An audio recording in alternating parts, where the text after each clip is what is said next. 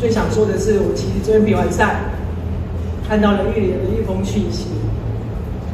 说我想帮慧玉姐赢球。这句话让我觉得我在这教练生涯中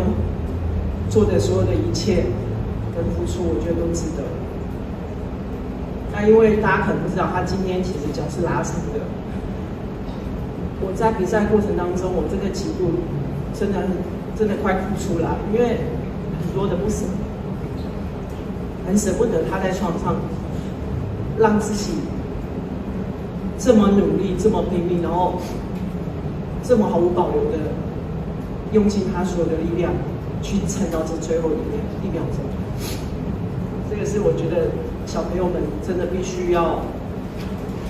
向他学习。其实，在刚刚的毕业典礼结束之后，贝尔姐就是也深深的抱了玉莲。那时候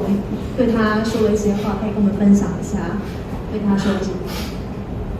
其实我平常对他们不会说一些比较感性的话，因为很多时候我的角色真的没有办法让我在场上对他们太体贴或是太温柔。那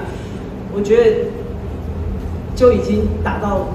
今天最后一场球，他等于是功成身退的概念。因为我跟他讲说，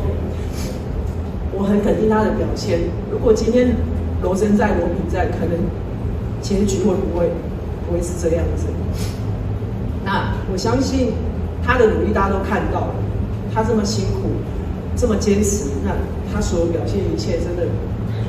没有，我相信现在大学生没有人可以取代他现在这样子的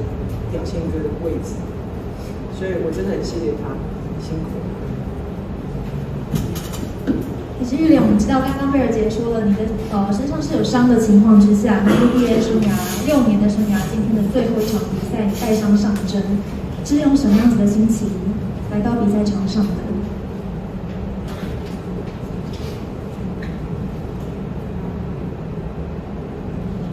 因为其实，在出发的时候，其实脚其实是一直在抽痛，昨天晚上也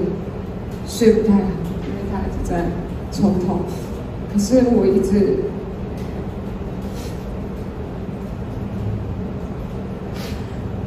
不断告诉自己说，一定要坚持，因为我是今天这最后一场决赛，我一定要把胜利拿下，所以我一直靠着我的意志力。可是虽然结局不是我想要的那样，所以我也很对不起他，才很对不起慧玉姐。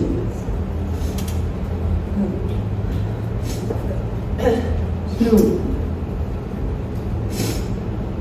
但也有慧姐在场下一直为我努力，还有学姐，才可以把这45分钟的比赛撑完。真的很谢谢他们，真的。